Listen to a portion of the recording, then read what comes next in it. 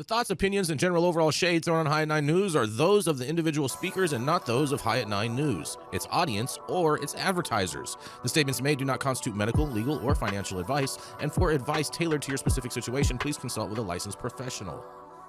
Welcome to the High at 9 News Hour, where you will hear from cannabis industry experts and professionals from around the country talk about important topics while shining light on global issues and discussing cannabis as it relates to politics, regulation and reform, data and technology, science, research and medicine, family and parenting, art, celebrities and entertainment, fitness, sports, mental health and wellness, and plant-based medicines and entheogenics. Together, we are building a stronger community, fighting the stigma and creating change. With your host, Jason Beck, joined by special industry expert correspondents from around the country, and daily antics brought to you by Cannabis. Coming to you live every Monday through Friday at 9 a.m. Pacific Time and high noon on the East Coast. And thank you all for getting high at 9 with us.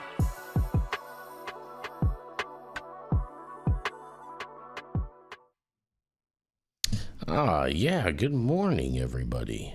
How are you guys doing today? Today is, give me 1 second. Yes. Today is Tuesday, December 23rd. And today is National Roots Day, Todd. I don't think Todd can hear me. Todd can't hear me. Can't hear me? Need to adjust your sound. I don't know why you can't hear me. Everyone else hears me. Yeah, there we go. I hear you. I hear you whistling.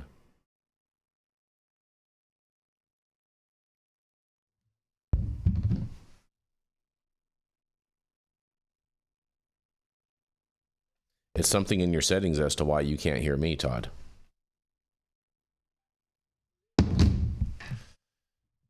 But, well, it's also National Pfeffernuse Day. Now, I may need some help with this because I'm a little confused as to what this actually is, you guys. But it's spelled Pfeffernuse.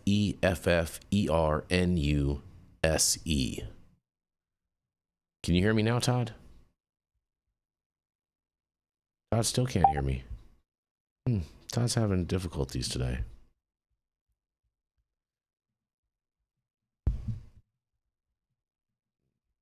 Not sure. I mean, the production guys can hear me, and they're coming through Discord. So I don't know why you can't hear me, Todd. Suddenly can hear you. You can hear me now. All right, perfect. What is this? Pfeffernuse. Pfeffernuse.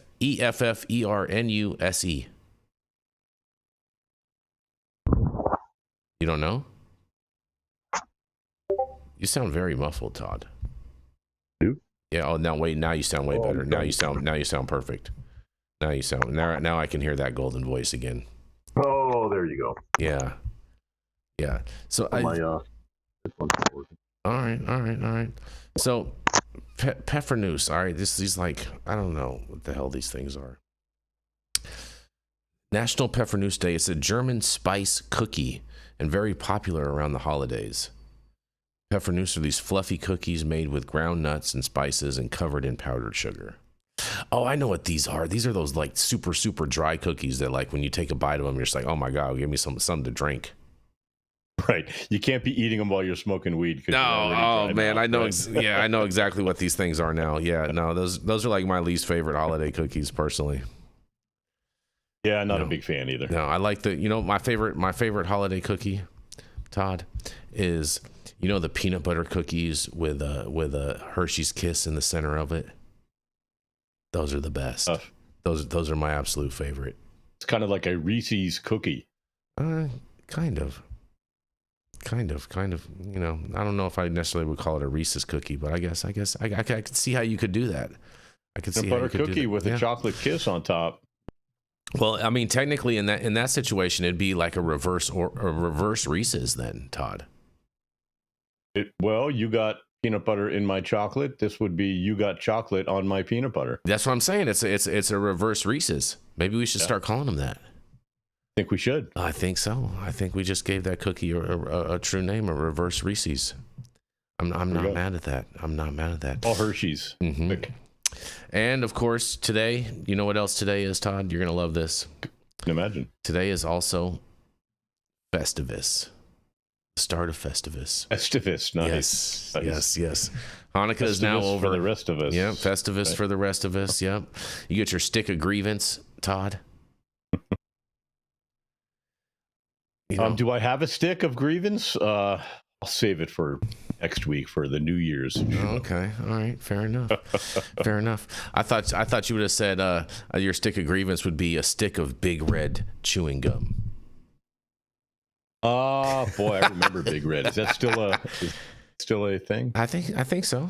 Yeah, I mean, just like Juicy Fruit is, right? Juicy Fruit and Wrigley's Spearmint. Yeah, when I was a kid, I used to have red hair, and my CB handle was Big Red. Big Red. I bet. I could see you being a ginger. Yep. I could see that. I could see that. Big Ufro. I could see that. Oh man, I could totally see that. Well, thank you all for joining us and getting high at 9 with us. It's also high noon on the East Coast, and please remember to like, share, and subscribe to us on all social media platforms. You can look up above and down below to see exactly where we live on the internet, and we are live every Monday through Friday on YouTube, Rumble, Twitch, X, Instagram, Facebook, Kick, as well as on our very own website at www.high9news.com. So welcome everyone joining us from whatever platform they are joining us from. And man, you know, I have some fun guy news for you this morning, Todd. Oh yeah, some Psilocybin news, or news about a really fun dude. You are barking up the right tree, because a Washington state senator pre-files a bill to create a state-regulated medical psilocybin program, Todd. A Washington state senator has pre-filed legislation for the 2026 session that would establish a regulated medical psilocybin program under the supervision of the Department of Health. The measure, filed yesterday by State Senator Jesse Salmon, a Democrat, would create a new Washington Medical Psilocybin Act, setting up a clinical framework allowing adults to receive psilocybin treatment when deemed appropriate by a licensed clinician. The proposal is narrowly focused on medical use and would not legalize psilocybin for general adult use. And under the bill, eligible patients would be adults 18 and older whose clinician determines that psilocybin treatment is appropriate based on professional judgment. Rather than listing specific qualifying conditions in statute, the legislation leaves that determination entirely to the clinician, who would also assume full professional liability consistent with existing medical malpractice and negligence laws. Ooh, that's a big deal. The proposal outlines 2 treatment models: supervised inpatient services, where psilocybin is administered in an approved clinical setting, and a more limited outpatient option allowing authorized microdosing outside of an inpatient environment, subject to department rules on dosage, monitoring, and follow-up. Synthetic psilocybin would be excluded, and with the program limited to naturally derived compounds. Wow, this sounds like a great bill already. The Department of Health would be tasked with licensing both clinicians and producers and establishing training requirements, setting product standards, overseeing security and record keeping, and maintaining a confidentiality registry to track participation and prevent diversion. Psilocybin products could only be dispensed directly by approved clinicians, with third-party pharmacies explicitly barred from distribution. And the bill also includes legal protections shielding patients, clinicians, and producers from state arrest or prosecution when acting in compliance with the program, and while maintaining penalties for impaired driving and activities outside the program scope. If enacted, the legislation would take effect on July 1st of 2028, signaling an incremental but structured approach as Washington lawmakers revisit psychedelic policy ahead of the 2026 season, you guys. Well, look at this, Todd. Another Democrat moving the needle forward. This sounds like a good bill overall. I like. And what have you done with Jason? I really like how this bill sounds, but you know what? I have a feeling it probably won't go anywhere because it's written too well. You know what I mean, Todd? I do know what you mean. Yeah. Yours and my faith in politicians doing the right thing. Mm-hmm. right? I mean, this, you know, as I was reading this, I got the crazy vision. It was like, oh, you know, they're going to administer them inside their clinics, you know what I'm saying, in a controlled setting. And so I'm just wondering, how cool are these doctors' offices actually going to be for their whole psychedelic experience, Todd? Like, what do you think? You think they're going to have like all tie-dyed artwork all over the place, and you know what I'm saying, and you know, color crayons for everybody, you know what I mean? An Alice in Wonderland room. Yeah. Yeah. Exactly. No, I don't think that at all. What do you think it's going to be like? You think it's just going to be pink walls and straitjackets? I don't know that it'll be straitjackets, but I think it'll be just a comfort, comfortable room with a couch and a lounge and a chair, and because it's going to be like going to the spa at the Trump International Hotel. I don't know if it'll be like that, because things shouldn't be gold, really, but in the clinician's room. Mm-hmm. But I think it just has to be a comfortable spot, because those folks who are not used to mushrooms, right, or any kind of psilocybin, if you take too much, you trip too much, right? And could be a bad trip, could be a scary trip. So the safest environment you could be in is how they should design these clinics. Well, you know, my body, my meds in the chat says better to have outdoor clinics. You know, that might be kind of like a cool thing to have, like a little campground type of setting. You know what I'm saying? You know, you get your little trailer, your little RV. You know what I'm saying? Yeah, kind of thing. That could be cool. I wonder if insurance would pay for that. Right. I wonder how many Sasquatch sightings will happen also. Oh, bro, for all the Sasquatches are going to be coming out for sure. That's right. Yeah. That's right. But I mean, you know, I wish them the best with this bill. I think it sounds good. Every part of it sounds reasonable, I think, overall, you know. Yeah. But good. that again makes me worry drastically that it's not going to pass and it's not going to go anywhere. Because that's sad that when we hear something good, we have zero confidence. Oh man. Would you go to one of these places, Todd? I would, yeah. Would you go check yourself in? Oh, believe me, I would love to check myself in somewhere. Mm-hmm. I'll get you some. I'll get you some red caps. Yeah, that'd be nice. A weekend full of tripping. Yep. Reset my brain. I could use that. Right, that would be fun. You know what I'm saying? You know, I wonder if they let you use your phone. I don't know. While you're in there. Like if you got to give them your phone before you can, you know what I'm saying? I think you should concentrate on healing and get away from the phone when you're in that sort of a, situation where you're trying to heal your brain. So you're saying that using your phone is counterproductive? I would believe that using your phone would be part of the problem and not part of the solution. But what if you get an important call, Todd? You know what I've learned as an old guy in business? I'll go for it, Todd. People will always wait. Yeah? They will. People, if they can't get in touch with you, they will wait to hear back. Right? People will wait. Interesting. Well, on that, I guess we're going to roll into our first commercial, and we are going to be right back.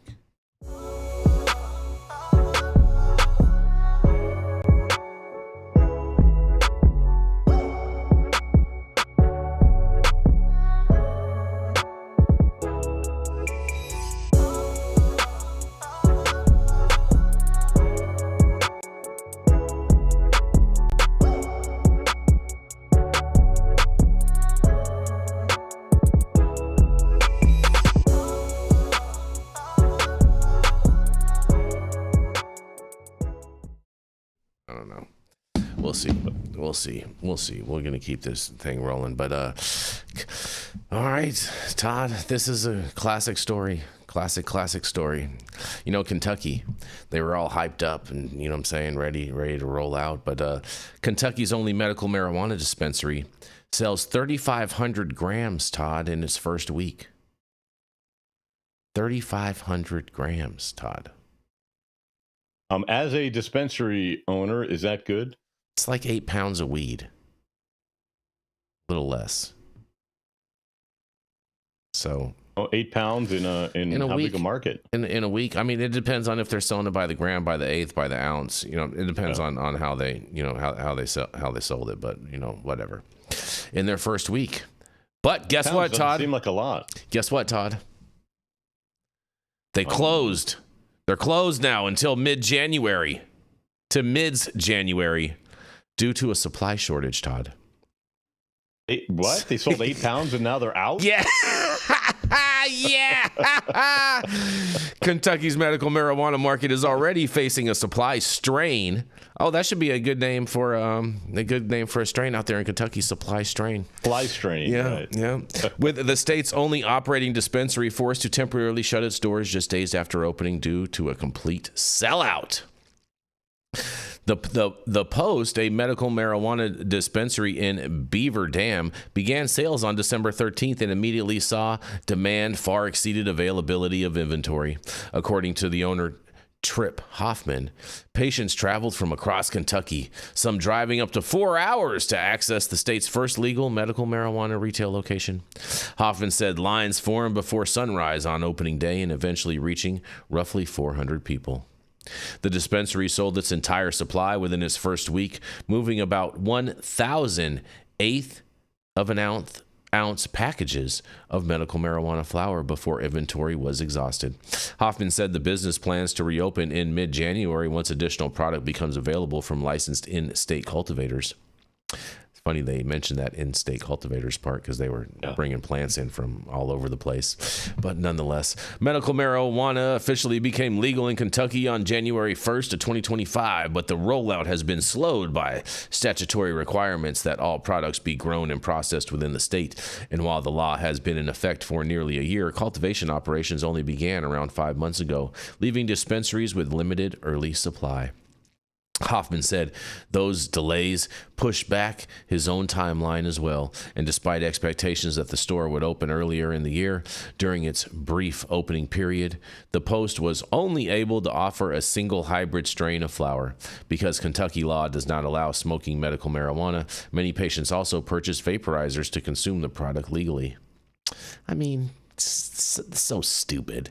It's not going to be able to tell people what they're going to do with it. An eighth ounce package sold for about $50, and a price Hoffman said reflects the current scarcity. He expects prices to come down as production ramps up and additional dispensaries begin operating, potentially dropping below $25 per eighth of an ounce. Once the market stabilizes. And state data shows that nearly 15,000 Kentuckians now hold medical marijuana cards, and however, with no other dispensaries currently open and no confirmed timeline from regulators for additional locations, patients will have to wait for broader access as the state's supply chain continues to take shape. Well, Todd, Kentucky. They were all ready to blow their load, and they actually did blow their load. They did blow the load, right? Yeah, I mean, if 8, I think it was 15 pounds is what it equals, but 15 pounds is the limit. What are they even doing? Bless you. What are they even doing? Right? Who's their master grower, Todd? It's just silliness. It's just unbelievable. Why even have a program? Oh man, you're right? You're only gonna harvest 15 pounds the whole state, right? It's just ridiculous.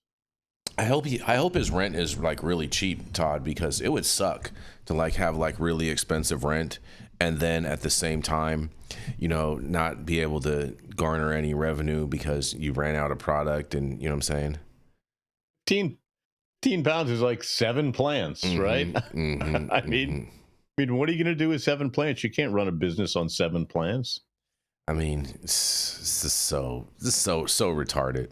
So retarded. It is. Oh, it's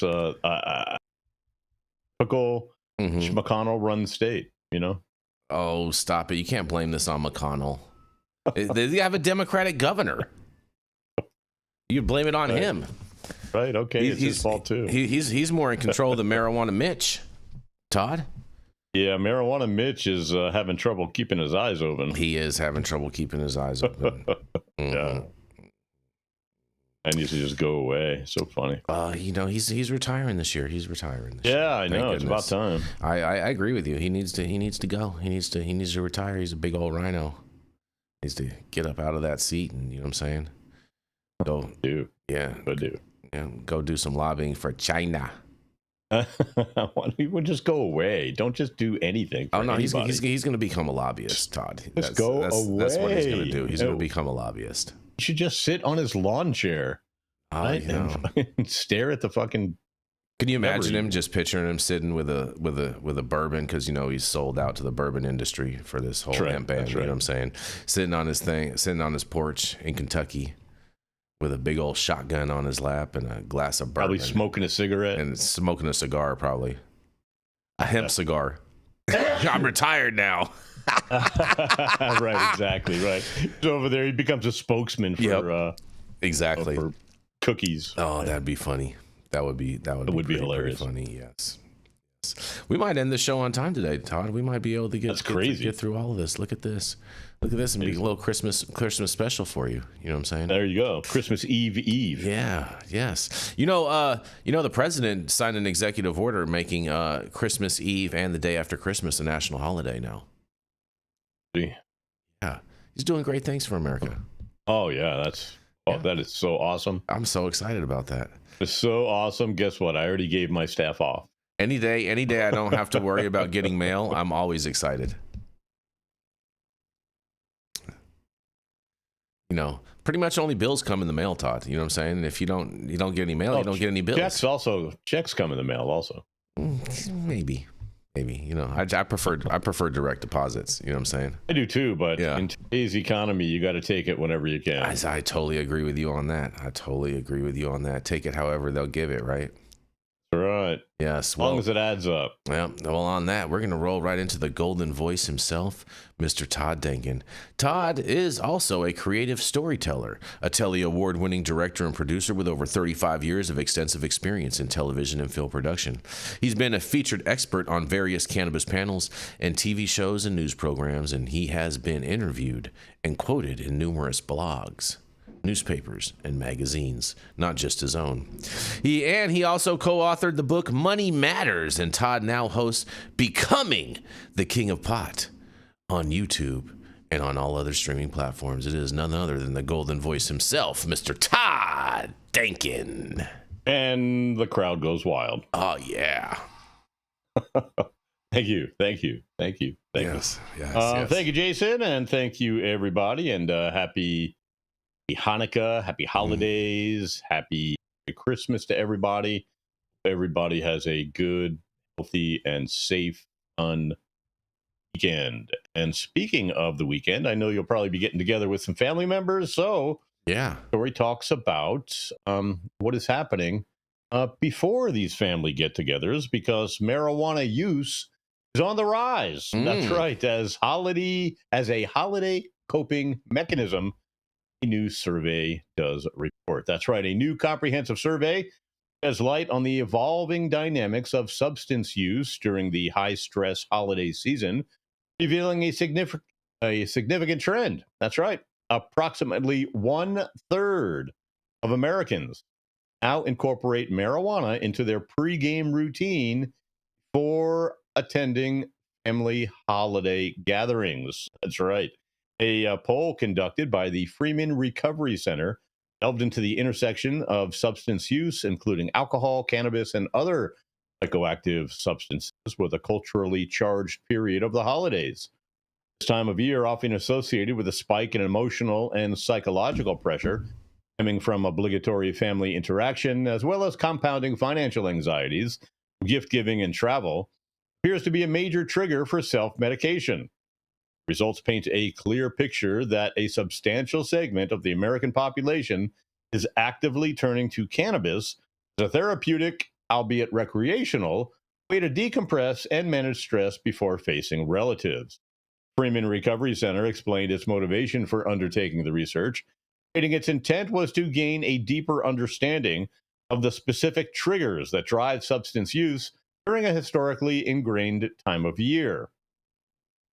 The survey said that the over 1,000 respondents revealed that for many substances like alcohol weren't just part of the festive environment of holiday parties, but were increasingly being used as a critical coping mechanism, a way to simply endure the season. Key findings on substance use as a pre-gaming strategy was seen. Research highlighted that using substances immediately prior to family functions is a common phenomenon, with roughly half of all Americans engaging in some form of pre-game activity. For all substance use, alcohol remains the most popular choice, reported by 51% of respondents. However, cannabis has established itself as remarkably close second at 31%, underscoring its growing mainstream acceptance as a social lubricant or stress reliever. Love that term. Social lubricant. Interesting. I like that. Right? You do. Generational divide in cannabis use. Use of cannabis is even more pronounced among younger demographics, reflecting shifting cultural norms and greater legal access. Gen Z and millennials reported significantly higher rates of cannabis use before gatherings at 43%. Other substances, the study also tracked use of other psychoactive substances, finding that 12% of all respondents reported using psychedelics as part of their pre-gathering routine. For the subset of respondents with a self-reported history of substance use disorder, these figures were starkly higher, indicating an increased vulnerability during the holidays. 68% used alcohol, 50% consumed cannabis, and 26% opted for psychedelics. Right. Coping with financial stress through self-medication is another reason people enjoy cannabis during the holidays. Beyond interpersonal family stress, a survey explored the role of substances in managing the acute financial pressure associated with the holidays.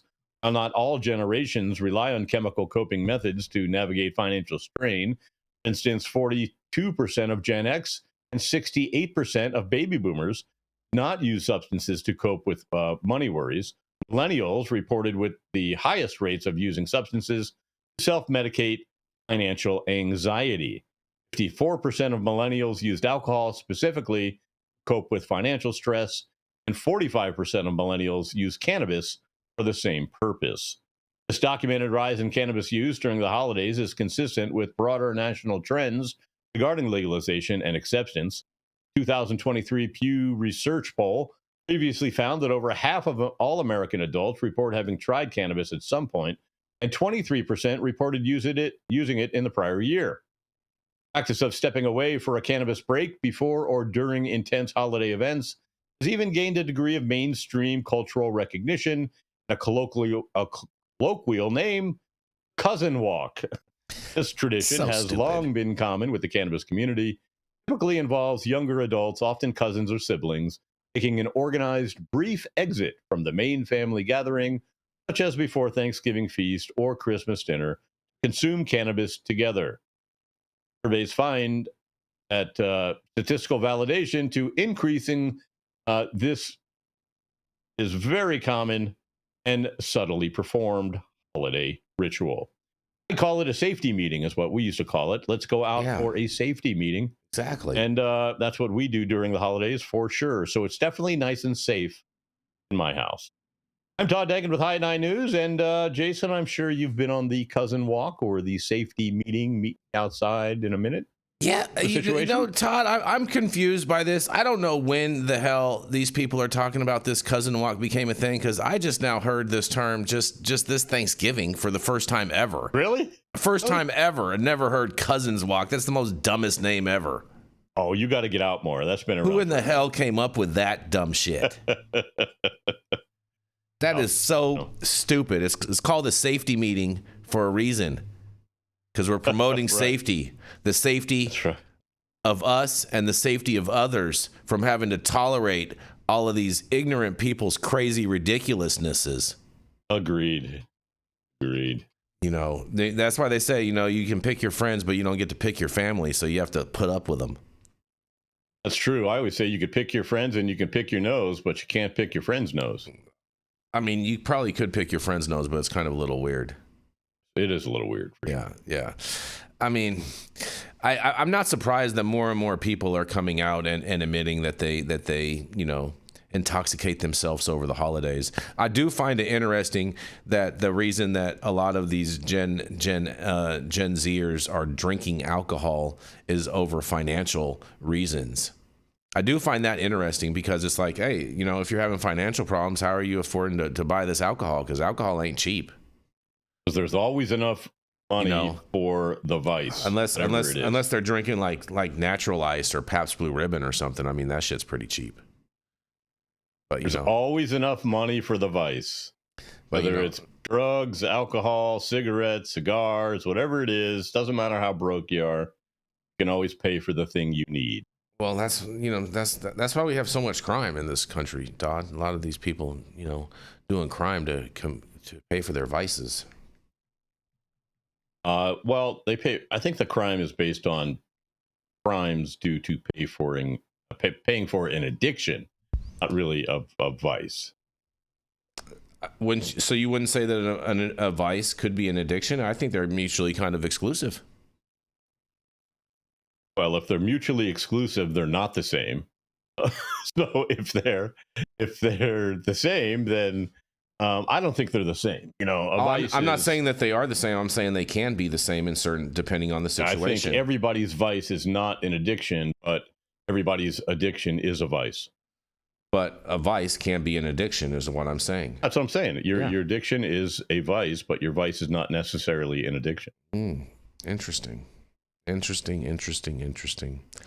Oh man, I think it's just obvious that the demand for cannabis has been around for thousands and thousands of years. Every year it gets bigger, better, stronger, faster. So the fact that it's illegal anywhere, it's just silliness, and this just proves it. People want to get high for walking in and talking to their family. Yeah, exactly. I know I do. Saying I love my family. Right. You know what I mean? Especially if you have like some liberals, you definitely got to smoke to be around them. Right, because they're the ones who have it. I mean, the ones who have the weed. They may. I don't know. They guardians of the pedophiles. They probably have some mids. They're the alcohol lovers. They probably have some mids. You know what I'm saying? Some shake. Guardians of the pedophiles. You ever go to some people's houses and they put out like a whole like drug spread for the holidays? You ever seen this? I usually do that. I probably roll like 30 or 40 joints and then leave them out. Yeah, but like those 30 or 40 joints that you leave out is like it's just like whatever weed, right? It's not like the stuff that you would smoke yourself. Oh no, it's all my stuff I would smoke. Really? Yeah, I hate the people who take out the good vodka or in the shitty vodka in the nice bottle. Yeah, I don't do that either. Oh man, I know some people that do that. I've watched them do it. I was like, grown up. I've seen people they'll put, oh yeah, you know what? I got my joints over here, and then I'm gonna throw out this shake for everybody. Whoever wants to roll up, they can stuff their own cones, and you know what I'm saying? It's already ground up for them. It's perfect for them. You know what I'm saying? Da, da, da, da. Just like that's funny. So harsh. I got one of those wacky guess. things, so I can make cones pretty quickly. Oh, I bet. Yeah. I mean, I think cones are the most dumbest way to smoke. Well, they're not dumb. They're dumb to roll, but they're dumb. Have this little machine. It's not functional. It's not good functional with a flame with it starting off wide and narrowing down at the end. It just doesn't make sense. It's stupid.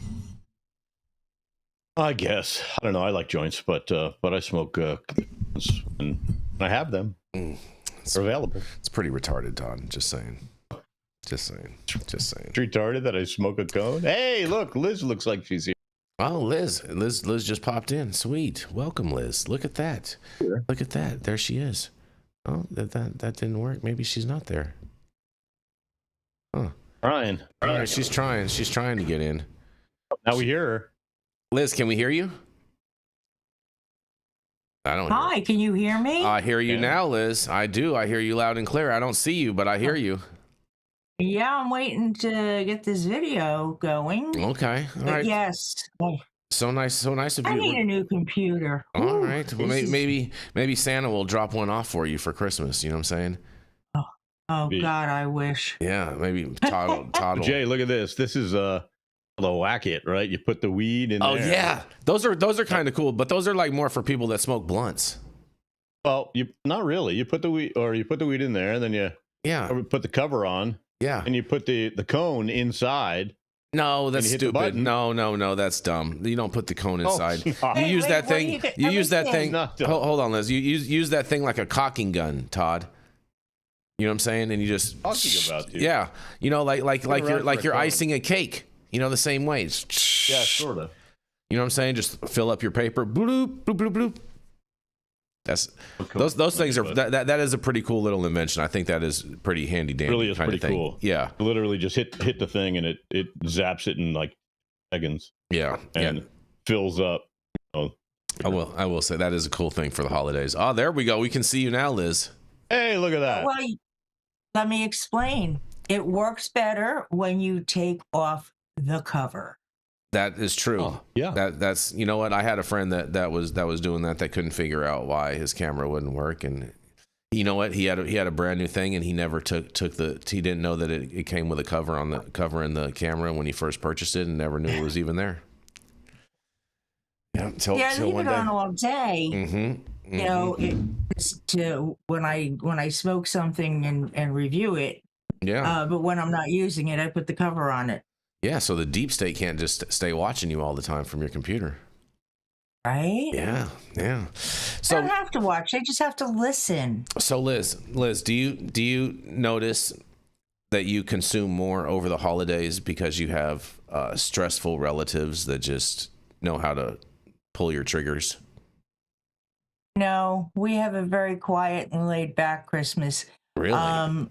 Yeah, it's wonderful. It really is. We go to my daughter's house, my sister-in-law and I and my kids, and we all make something. We hang out and play with my grandchildren, and then we do breakfast on Christmas morning with the same folks except my sister-in-law and brother-in-law. And then we just chill for the day. Nice. It's nice. I always enjoy watching the videos of the family fights. You know what I'm saying? Oh yeah. On the holidays, with like all of a sudden, like I don't know if you saw the one last year. I think it was Thanksgiving when all of a sudden the dad was like yelling at the kid, and then the kid like flipped it and like totally just like tossed the whole table with the full Yes. spread of everything. You know what I'm talking about? Yes. Yes. Oh, that one was so good. Oh, that's so hysterical. Todd, you ever had that happen to you? I love that stuff. You got a bunch of kids. I do. Yes, we have had very tumultuous Christmases past. Oh, really? How many do you have? I have 3, one of each. Nice. No, I have 2 kids. No, I have 2 kids, a boy and a girl. Okay, I have 4. Yeah. I have 3 girls and a boy, and I you- survived the girls. Lucky. You both at least have one of each because there's only 2 genders, Todd. Just saying. I know that was comedy before. Sorry, I know how you guardian of pedophiles. I was just making sure. Comedy, I was just making sure. You know what I'm saying? Didn't want anyone to get confused over here. You know what I'm saying? Yeah. You got to make sure that we're exclusively stating facts over here, Todd. And since when do you like facts? I'm the most factual person you know, Todd. That's not true at all. I adjust the camera. I moved it. All right. Do your thing. all. On that, we're going to roll into our next commercial, and we are going to be right back. I just ordered the summertime strawberry salad when added steak on top here at Anna's. Make sure you do the same thing too next time you're in downtown Long Beach. Come on down and check out Anna's joint on the 400 block of Pine Street. They have amazing selection of beers, foods, and when you come down here to Anna's, you can even challenge me to a game of shuffleboard if you want to lose.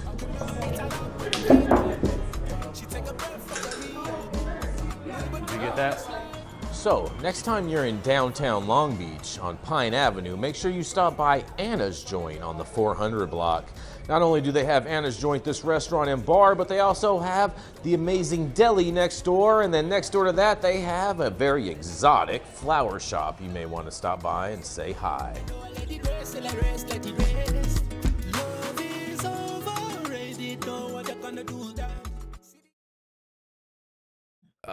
And we're back. Stop whatever you're doing. Make sure you smash that like button. I know we'll appreciate it. You'll appreciate it. And YouTube will appreciate it. Also, make sure you subscribe to the channel if you've not subscribed already. And all of the articles that we cover on today's show, you can read directly on our website at www.highat9news.com. And just as a heads up, please make sure that you are following us on X and Rumble because they do not allow for censorship. And if we cannot find the show, we will be live on X and Rumble. So just keep that in mind as well. And last but not least, I may possibly not be in tomorrow, but Sean will be filling in for me possibly tomorrow.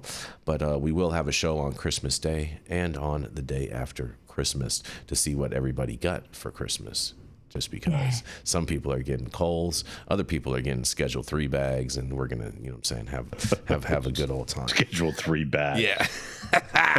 The Control Tower from Highly Educated has perfected the dab. Utilizing the concept of thin film evaporation, you can waste none of it and taste all of it.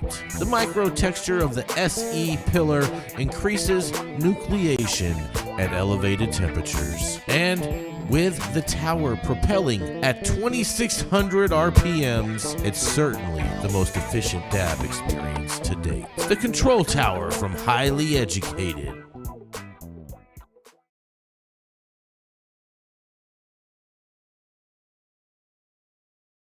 Well, yeah, there we go. We are back, and we are going to roll right on in, because she rolled right on up to Miss Liz Quinn. She is a senior cannabis advocate who became passionate when she found herself in a very overwhelming cannabis industry full of mids with no help or education.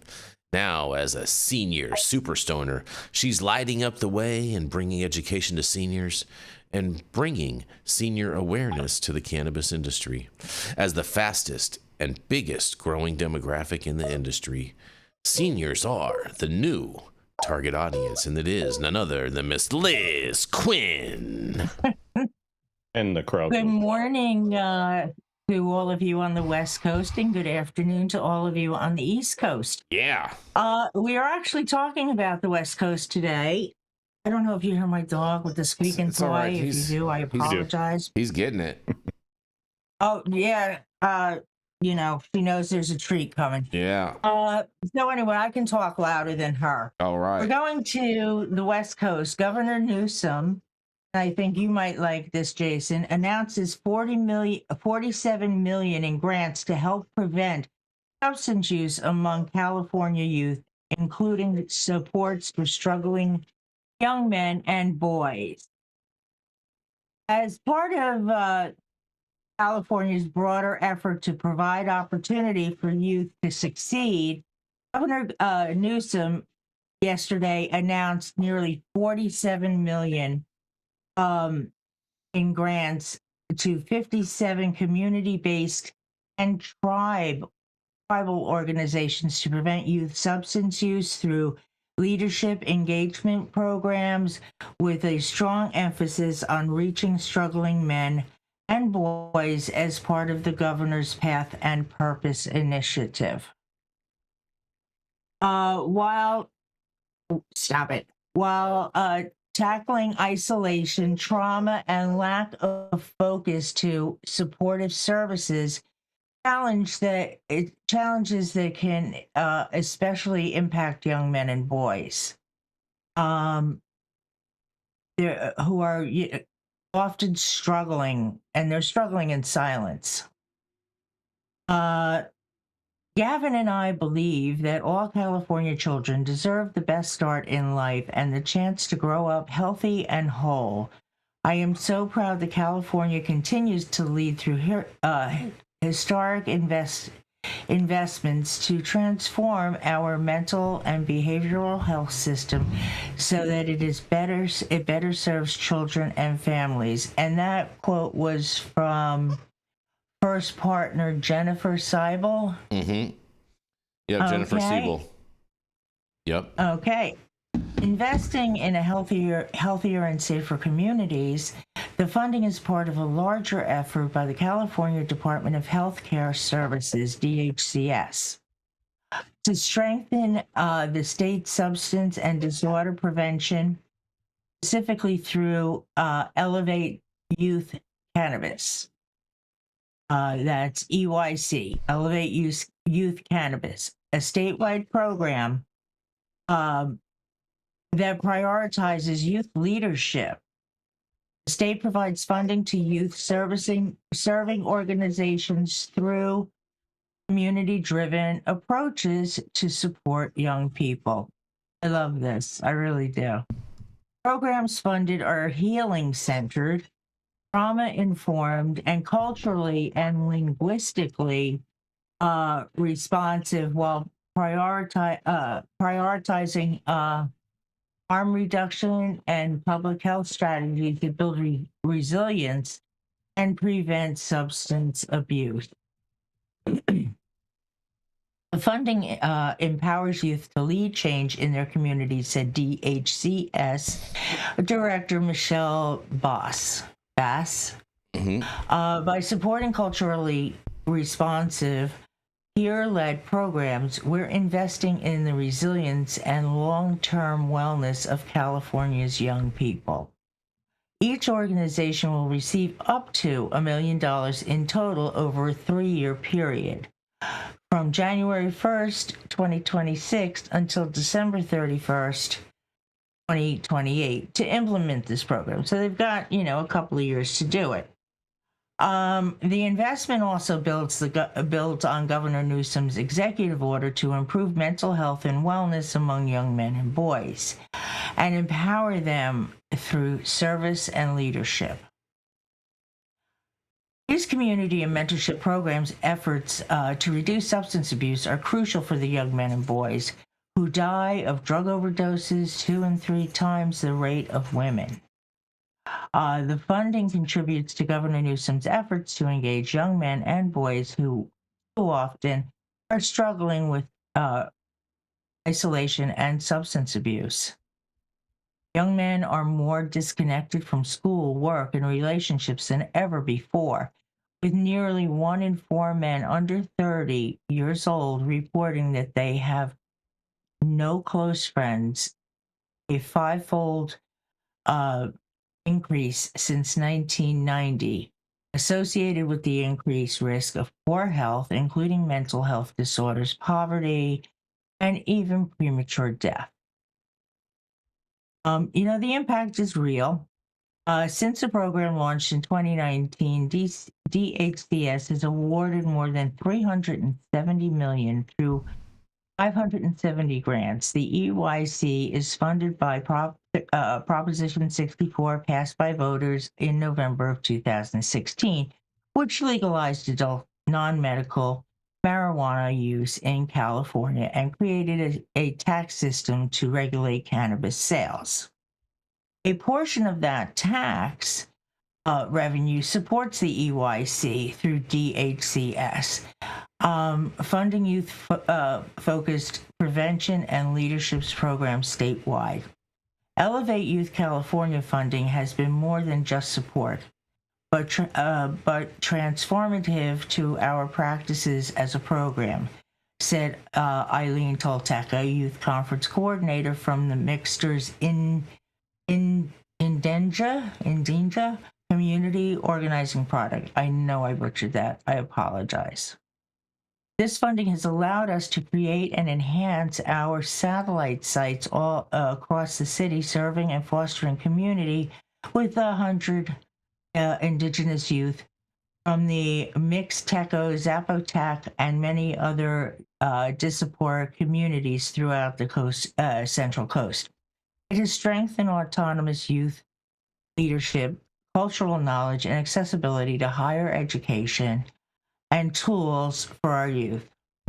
The EYC grant has allowed us to provide vital prevention services to foster youth on probation, and others in our community, said Anthony Huey, Executive Director of the Young People's Foundation Incorporated. We've built long-term relationships with youth from underserved Black and Brown communities and developed peer leaders who are driving change. According to DHES's 2024 annual report, 37% of the population served by these programs are men and boys. You can see a full list of the grant recipients on the EYC website. I love this. I'm curious how it works because it doesn't say much. Like there are a lot of generalizations. I'm sure I could tell you how this. I could tell you how this works, Liz. I could tell you exactly how this works. Please do it.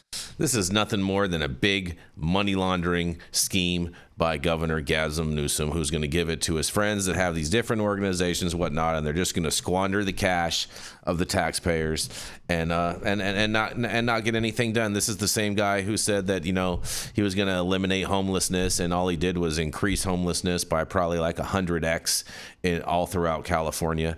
And you know, this is a total waste of money because it's not going to be any of this. None of it is going to be productive or get to the people that really need it.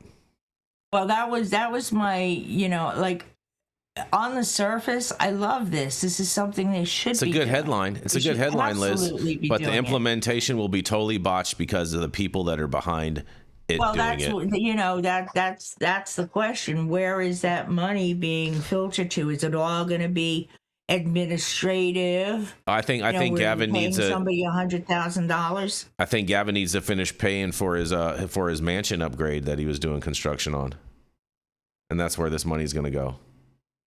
He could send me a computer. See, yeah, Gavin Newsom could definitely send you a computer. Yeah, you're 100% right. He's got plenty of money to do that. Come on, Todd, hop in this. I know you want to stand up for Gavin. No, bro, whatever. I don't really care. I think it's a good, it's a good, in theory. Yes, right? I agree. We'll see how it, good on paper. what shakes out, you know, and are they going to do what they say they're going to do? Mm-hmm. Not because it's Gavin Newsom, just because he's a politician. Right. All right, fair enough. I think it's a Gavin Newsom problem as much as it's a, you know, the way politics are done in America. Well, it's California is such a bureaucratic state, and all these people think they're so entitled to this and entitled to that, and then when they get it, they don't do anything with it, but other than you know, squander it on themselves. And you know, we've seen that time and time again with tons of different organizations, not even just within the cannabis space. I think there's a $350 million ballroom being erected. Yeah, but that's you are right about that. But that is being funded not by the taxpayers, Todd. That is being funded by the greatest president in American history as an upgrade for the American people. It's nice that you believe that, but I don't believe that. It's just what it is. You can follow the money, Todd. Follow the money. It's right there. It's pretty. How about following all his crypto money and all his Saudi money and all of the other money and all the other shit, right? That's what. Well, I'm more following all the tariff money that's been coming in because it's been so great. We're about to get rid of our whole income tax from you and from me. You're right. You like us paying more money for products. I have no problem with that. I have no problem with that. No problem at all whatsoever with the tariffs. I'm totally in support of the tariffs, especially if we're going to eliminate the income tax. I'm 100% down with the tariffs. Totally good with that. Hey, yeah, there you have it. You want people to be cheated. That's not cheating. It's not cheating. What do you mean? It's not cheating. It's a tax on a service or a good that the importer pays. That the consumer pays. And we should be making all that stuff here. But we're not. Well, we're getting there. People won't work for 50 cents an hour. We are getting there. We are getting there, Todd. We are making this country great again. We're bringing manufacturing and jobs back to America, and we're going to be making this stuff here. Is that what's going to make America great again? Yeah. To get people to work for 5 cents an hour? We're not. They're probably going to get paid. They're probably going to get. Well, I mean, it works for some of these other cannabis companies that have been doing that. Just saying. What does that even mean? You know what that means. You know what that means, Todd. The typical "what about" argument. Mm-hmm. What about? Mm-hmm. What about these guys? Mm-hmm. What about those guys? What about here? What about there? What about everywhere we are? Yeah, what about it? They're all crooked. At the end of the day, they're all crooked. Yeah. That they are. They are all crooked. Well, on that, we're going to roll into our final commercial, and we are going to be right back, you guys.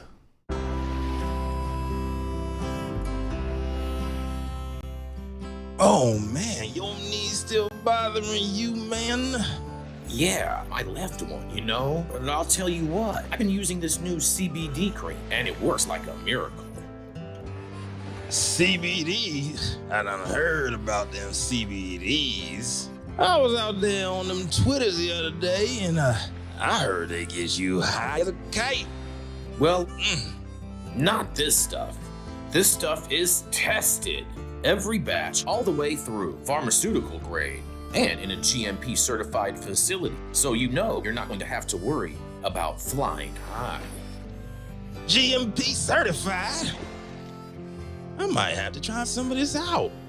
Where I'm even find this? You go directly to aimhighhemp.com and they will ship it to your door right away. Tested. It's not a name, it's a promise. It's the Wacket. WHACK? Yep. Yeah, we're not going into all that. They're not paying for any promotion right now. No, Todd. they're not. It's not nice. Nice try. They might though. Nice try. They might though. Hey, we're open to it. We're open to it. You know what I'm saying? If they want to, we're more than happy to talk about them all the time. You know what I'm saying? I'm a big spender. I buy a lot of shit from them. I bet you do. Use it in the lab. You're rich though, Todd. We use it in the lab. You're still rich. You know what I'm saying? Just saying. Rich with Rich with love on the holidays, right, Todd? Rich with love on the holidays. Yes. Well, everyone is wondering, when is marijuana officially going to be rescheduled? Schedule 3 timeline is unclear, and it has risks, some say. When will marijuana become officially Schedule 3, unlocking tax benefits and encouraging research? There are a few different scenarios, they say. One day after President Donald J. Trump's long-anticipated executive order directing federal authorities to reclassify cannabis as a less dangerous drug, the $32 billion legal U.S. cannabis industry is posing a central question. When? Trump's order instructs Attorney General Pam Bondi to reschedule cannabis in the most expeditious manner in accordance with federal law. But on the quickest realistic timeline, it could still be months before the promised benefits for research and tax relief appear, legal experts told MJ Biz Daily. In a quote, "I wish I could give you something like an exact number, but there's just way too much discretion here," said Matthew Calvadon, the director of the Project on Criminal Justice at the Cato Institute in Washington, D.C., a based liberal think tank. The Cato Institute's not liberal. Stop it. They're libertarian. Anyways. I can't say exactly how long that will take because there is no deadline, added Shane Pennington, a prominent administrative law expert and partner at Blank Rome. Still, there is some idea, at least, of the bureaucratic and legal processes to be followed, and at least some credit is owed to former President Sleepy Joe Biden, who launched the initial cannabis reform process that Trump moved along Thursday. Trump finished what Biden couldn't. Oh, man, these people, these wokies. You know what I mean? Original thought. Yeah, Trump, I know. Just I know. However, finish it and take credit for it. He finished it, bro. You know what I'm saying? Just saying. You know what I mean? Yep, he finished it. You know what I mean? You know how it is. If you don't finish, you don't get credit. You know how that goes, Todd. However, if any steps are skipped or corners are cut, there are significant risks that could delay rescheduling entirely, legal experts warn. Because there's no deadline for marijuana to be scheduled, he says, the issue is they're going to have a bureaucratic gauntlet to run, Pennington said. Pennington represented interested parties in the planned hearings before the U.S. Drug Enforcement Administration's law judge that were paused on the eve of Trump's inauguration, in part due to allegations that the DEA was tilting proceedings towards keeping cannabis as a Schedule 1. Those hearings were the latest step in an administrative rescheduling process under Sleepy Joe Biden back in October of 2022, and in his executive order on Thursday, Trump acknowledged that the Biden effort and built on it by recognizing the August 2023 Health and Human Services findings that cannabis has a currently accepted medical use in the United States. However, Trump also went further, and he directed the Justice Department to issue a final rule rescheduling cannabis rather than restart or resume the process. And in theory, cannabis could be Schedule 3, and plant-touching cannabis companies could see relief from Internal Revenue Service Code 280E in as little as 5 days, not business days, Pennington said. But Bondi could cancel the hearings and rendering the interlocutory appeal of the hearings moot and publish a final rule in the Federal Register reclassifying cannabis as a Schedule 3 drug that quickly. But once Bondi does that, there's another hurdle to clear: the courts. Lawsuits in challenging cannabis rescheduling are guaranteed. I'm not too sure about that, but whatever, we'll see. Supporters have long expected lawsuits challenging the final rule, and smart approaches to marijuana, a prominent legalization foe that challenged the Biden administration's process, has already retained former Attorney General Bill Barr to file such a suit. Kevin Sabet, the organization's president and CEO, said in a video posted on X on Thursday, well, yeah, but here's the thing is that Kevin Sabet and them, they were all funded by USAID, so I don't know if they're going to have enough money to really hire Bill Barr, but nonetheless, time will tell and we will see. But in a quote, as we speak, we are preparing to file suit against the administration to block this rule if it should ever become final, Sabet said. And Barr, who led the Justice Department in Trump's first term and is a rhino, has assured me we have an excellent case, he added. And the exact contours of Sam's argument isn't publicly known, but observers predict it is likely to challenge rescheduling on procedural grounds and allege that federal administrative law wasn't obeyed. And that's the process that dragged on all of last year after the DEA fielded 43,000 comments from the public from the questions, some of which, including Sam, requested still paused the hearings.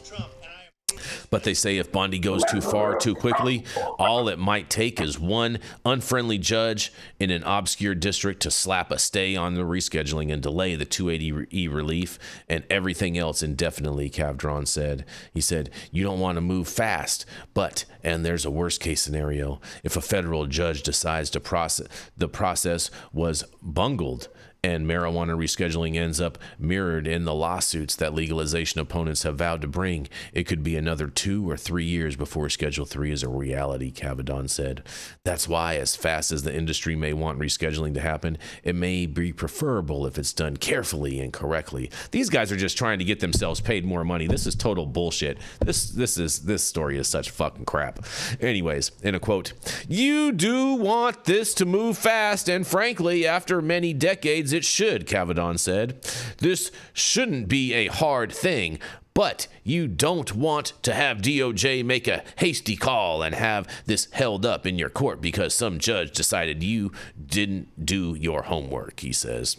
Well, the story is such a pile of crap. These guys are totally gaslighting the public on this, and I just smell a whole bunch of lawyers just frothing at the mouth trying to get themselves paid and create jobs for themselves and validation for themselves, and this is total bullshit. Pam Bondi can execute Schedule 3 today, and I'm willing to bet and guarantee that all of this happens quite quickly, I would say, and I'm going to give a timeline of before the end of the third quarter, because ideally they are going to want this to happen so then that way they can make it retroactive to encompass all of 2025. So then that way when people file their taxes in April, they can take advantage of the 280E right in time, as a step to prepare towards securing the midterm elections. And you can say I'm wrong, but I'm telling you I'm right, and I can't wait to hear what you guys have to say about this. What do you think, Todd? You're going to get 280E relief right through 2025. That is the best part of the bill. Yeah, right? Best part of the bill. Yeah. But I don't see it happening as quickly as you do, but we'll see. I think it's gonna happen fast, bro. I think it's gonna happen fast. I think these lawyers are just trying to field themselves and do whatever. I mean, Trump is not afraid of any lawsuits, and if these people want to challenge him, I mean, there's already some cases that are about to get heard by the Supreme Court that would actually mute and nullify any type of lawsuit that they would be able to file. And so, we'll see. Time will tell. I'm monitoring some of these other Supreme Court cases that they're talking about hearing that would make it basically virtually impossible for Kevin Sabet and Project Sam to file any type of lawsuit, blocking this type of an act. But we shall see. You would think that Trump doesn't want lawsuits because he's found guilty whenever he goes to court.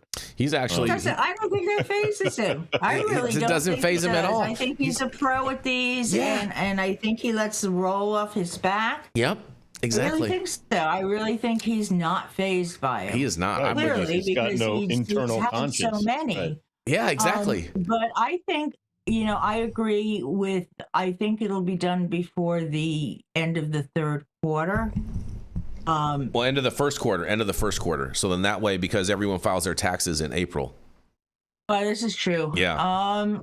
You did say third quarter, but I misspoke. I misspoke. Then I apologize. My bad. There's no way it's happening the first quarter of next year. It's gonna happen. It's gonna happen the first quarter. It's gonna happen in the first quarter in time. Yeah, 100%. Watch. Not a chance. Watch. You're gonna be surprised, Todd, because they don't really have to do anything. They don't have to do anything other than push some paper and get it done. They don't have to have any of these administrative hearings. They've already done all that. They just have to have the DEA sign off. And Pam Bondi, in essence, she can mandate and move it to Schedule 3 like that with just the signing of a document, and then boom, it's done. Too busy hiding the Epstein file. Well, she may be doing that. That part's true, and she may not. I gotta tell you, I think there are many people that sit in those big buildings in D.C. whose names are on that list. I think there's a lot of them. There's a lot of them people on. You're right about that, Liz. That you think that. I agree with you guys. That there's a lot of those. You know what I'm saying? But at the same time, if there's a list, and I'm telling you, it's like the DC madam. Mm-hmm.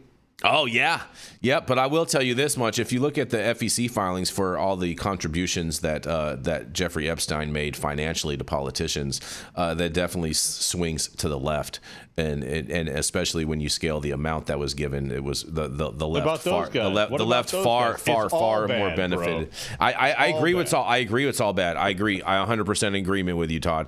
I'm just saying when you look at it, how much money the left made from Jeffrey Epstein versus how much the right, they're not even comparable. There's also filings where Trump funneled a couple of $1 billion to Mr. Epstein, also, but you'll deny it and you'll say it was he was a registered informant with the FBI for the whole Epstein file. So you know what I'm saying? There may have been a reason that the federal government was asking him to do something like that. Yeah. So you know what I mean? That's just saying. Chuck Barris. I don't know. At the whole FBI informant. It's possible. It's not out of the realm of reality. He was working for the KGB, not the FBI. You got your acronym wrong. You're so funny, Todd. I'm telling you, I believe over 50% of males that sit in Congress and everywhere in DC. Yeah, I would venture to be very comfortable with over 50% of the population. Population. I mean, fair enough. Much time. There's sad state of America. 50% of our politicians are fucking little kids. It's fucking disgusting. Easy there, Todd. We can't get this show censored talking like that. But I totally agree with you on that in regards, because that stuff is not acceptable in any way whatsoever. But and on that before makes me crazy how nonchalant everybody is about it. It's just fucking crazy. I'm with you on that. Those things were supposed to get released on Friday. We still haven't seen them. I don't know what the hell's going on, but something definitely needs to be released. And I have seen that people are talking about holding Pam Bondi in contempt for not releasing this stuff. So we'll see. She may not have a job after Christmas. It's highly likely that she'll get replaced. And hopefully they put my good buddy Matt Gaetz in his place, because I know he'll release it on day one. You know what I'm saying? Yeah. He'll be all the way with it. You want a rapist in Stop it. He is not that. There is no proof of that. That's 100% bullshit, and there is no... it's not 100% bullshit. It's 100% bullshit. It's not. It's 100% bullshit. Because he's your friend? It's a total That's why it's psyop. bullshit? It's a total psyop, bro. It's total psyop. But Yeah. nonetheless, we're going to roll into our final story of the day. Because the Chicago Police Board votes to fire an officer who tested positive for marijuana, Todd. I think this is a crying shame, because if anyone would want to be a cop in Chicago, like, let him be a cop. Like, it's a very dangerous place to be a cop. The Chicago you Police. need that weed. Yeah, exactly. The Chicago Police Board voted unanimously. That means everyone on Thursday to fire a Chicago police officer who tested positive for marijuana, records show. Officer Elmer Carrillo Jr. is the first CPD officer to be terminated for failing a test for marijuana since Illinois legalized the adult use of the drug. Carrillo is also the first to be fired by the police board in nearly a year and a half amid a protracted legal battle that has frozen the city's police disciplinary system. A police officer since 2018, Carrillo tested positive for the drug in November of 2023, and records show, and injured while he was off duty.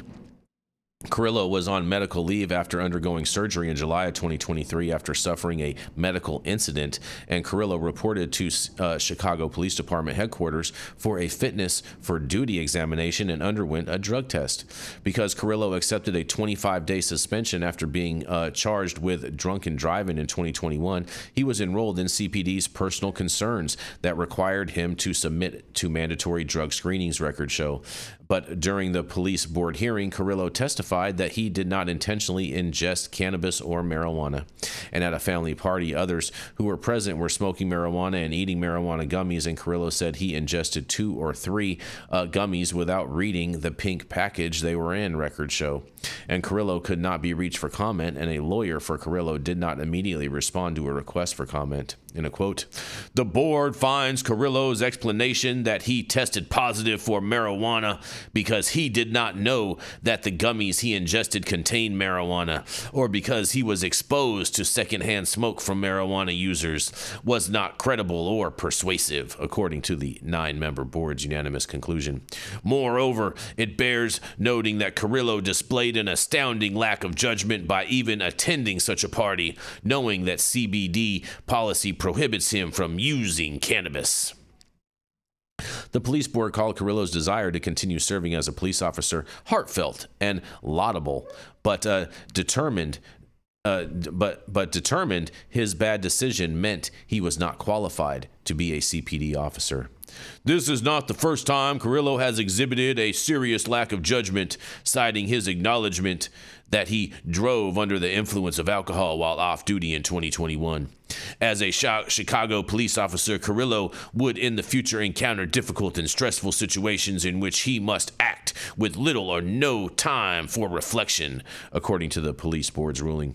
"He demonstrated through his conduct leading up to his positive drug test and his suspension for DUI that he does not possess the good judgment and self-control required of Chicago police officers to deal successfully with the many potentially explosive situations which they encounter on a daily basis. Returning Carrillo to duty amid an authorized to use deadly force poses an unacceptable risk to the safety of the public," he says.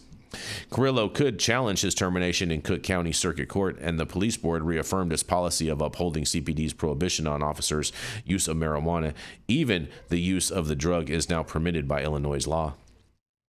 "The board will continue to determine discipline on a case-by-case basis and impose appropriate discipline based on the specific facts and circumstances of each case," according to the board's conclusion.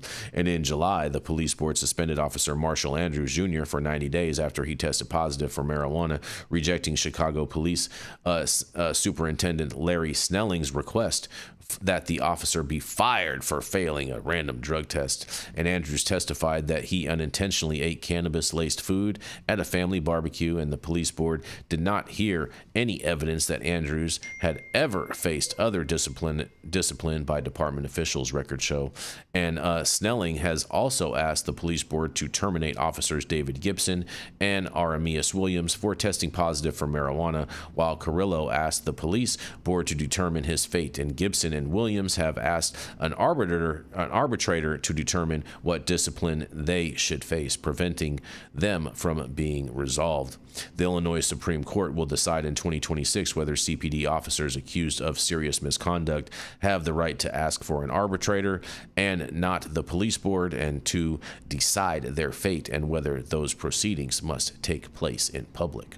The Fraternal Order of Police Lodge Number 7 says officers have a right to demand that an arbitrator decide behind closed doors whether they should be terminated or suspended for more than a year, and the Chicago Police Board holds its meetings in public and allows input from Chicagoans, while arbitrations traditionally take place behind closed doors and are not open to public scrutiny. An appeals court decision in August upheld Cook County Judge Michael Mullen's March 2024 ruling that allowed cases that could allow officers to be fired or suspended for more than a year to take place behind closed doors, and they say that goes against a dominant and well-defined public policy. The legal fight has kept 22 cases in limbo, including 8 that seek to terminate officers accused of shooting Chicagoans without justification, including the officer that shot and killed 13-year-old Adam Toledo in 2021. 2 officers face lengthy suspensions or terminations for using excessive force against members of the public, and police board records show another 5 officers face termination after being accused of committing domestic violence, police board's records show. And once the legal fight is over, it will likely take months for city officials to set up a new system to work through the now massive backlog of cases, you guys. Well. Chicago is just one big train wreck after another, full of corruption. And you guys are trying to get rid of cops for smoking a little weed and eating a little gummies. It's just totally ridiculous at a family barbecue. It's just asinine. And what were the levels? Okay, were these levels that somebody had been at the day before or a week before? It doesn't even matter. It wasn't on the day. It wasn't on the day of anything. He was on medical leave, and when he had these gummies. Yes. Yeah, this is the dumbest reasoning for firing an officer. Yeah, it really is. What they do when they're not at work should not matter. Yeah. They can go, finish their shift and go sit in a bar for 12 hours, but that's okay. Yeah. No, it's Exactly. not. And it's a hell of a lot more dangerous. That's right. And It's crazy, makes me right? crazy. That's crazy, Liz. I know. People just don't understand. That's why I'm here. Like, I'm not shutting To up. explain it all. What? Go ahead, Todd. What do you got to explain? I'm glad Liz is here to explain it all. Yeah. No, look, the fact that a cop gets fired for smoking some weed off duty is just dumb. Yeah, I agree. It's just plain dumb. The perception that that people who smoke pot are stoners, or they can't operate, or they get couch locked all the time. That's not how it is for me. That's not how it is for you. And I'm a functional stoner, and most stoners are, right? 100%. They just are. So the fact that somebody gets fired for doing something that isn't in the building where they're actually getting paid to do their job, Right. Is just nuts. Especially while you're on medical leave. It's just nuts. It's crazy. And this also There's goes no around word to, for it. people who smoke weed shouldn't own a gun. What the fuck? That's just gun control and people control and population control. That's all that is. Again, they're less likely to use one than somebody who is an alcoholic or drunk. Yeah. No, 100%. I mean, the numbers are staggering. Right? Yeah. I mean, 4 guys get together and smoke weed, they start a band. 4 That's guys my get together motto. and get drunk, they rob a liquor store. So it is the way it is, and until the People get it. people want to get fucked up, right? They want to drink, they want to smoke weed. It's clear, right? Any roadblock to that is blasphemy to human nature. Yeah, I think they should have just gave him maybe like a 30-day come back and retest type of thing. You know what I'm saying? So that way it could get flushed out of the system. Yeah, but retest why? Why shouldn't it be able to do what he wants to do on his off hours? Todd, I agree with that too. But at the same time, they, that they're not going to agree with that. I'm just trying to come up with something reasonable. You know what I mean? Because the reality of the guy shouldn't be but fired if you smoke, for this. You know, it's in your system for longer than 30 days. It's not in your system for 30 days, Todd. It stays in your system so longer than 30 days. He's going to go retest. He can't smoke? Yeah, no smoking for 30 days. You want your job back? Here you go. No smoking for 30 days. So what if they test him again randomly? Well, here's the thing, Todd. He didn't claim to say that he was using it on a regular basis. He said that he was at a family barbecue and accidentally ate some gummies that he didn't read the packaging on.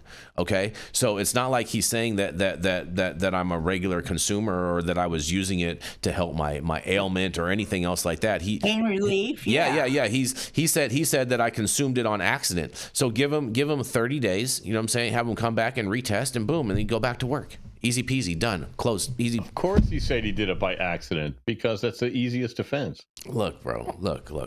You know, you're not supposed to lie under oath. You had to. I'm just saying the fact that you can't eat a gummy or you can't smoke a joint or you can't take a hit of a vape pen. I can't believe that. That's a reason for dismissal. Just doesn't make any sense. It's not reason for dismissal of any job. It's crazy. If you're in your private home, accidentally or not, eating a gummy. Well, it actually is. If you're a licensed truck driver, that would be reason for you to get terminated. I could think of why if you're home on your own time. Doesn't matter. It doesn't matter. It's in your system. That's what I'm saying. You would get fired. That's what I'm saying. The lack of education. Slow down a little. The lack of education about having cannabis in your system. It doesn't mean you're stoned for 30 days. I agree with you. It means it's in your fat cells for 30 days. Todd, you're preaching to the choir on this, bro. I'm totally in agreement with you. You said that no one is losing their job for doing it, and I was just pointing out other industries that you would lose your job for consuming something at home in your off time. That's all I was trying to say. Okay. That's it. All right. Well, this is fun. Hopefully this guy gets his job back. We'll see. You know what I'm saying? Yeah. Yeah, hopefully. Hopefully. We'll see. Or he sues and gets a big settlement. Oh, that'd be even better, right? Oh, yeah. That would. Yeah. Yeah. A little corrupt Chicago. Anyways, thank you all for joining us. And Merry Christmas, everybody. Thank you all for joining us. Yes. Thank you all for joining us and getting high at 9 with us every Monday through Friday at 9 a.m. Pacific and high noon on the East Coast. And big shout out to our audience and supporters for tuning in daily and listening to the insanity that is the developing cannabis industry. Huge thank you to Catalyst Cannabis for helping us keep the lights on over here. And thank you to our correspondents for being absolutely amazing. Thank you to Cannabis Sativa L for giving us a reason to do this every day. And thank you to Cloud Media partners Elias and Gabriel. They're somewhere in the metaverse. And thank you all for tuning in and getting high at 9 with us. We are America's #1 daily cannabis news show. Trademarked and patented. Merry Christmas. Merry Christmas.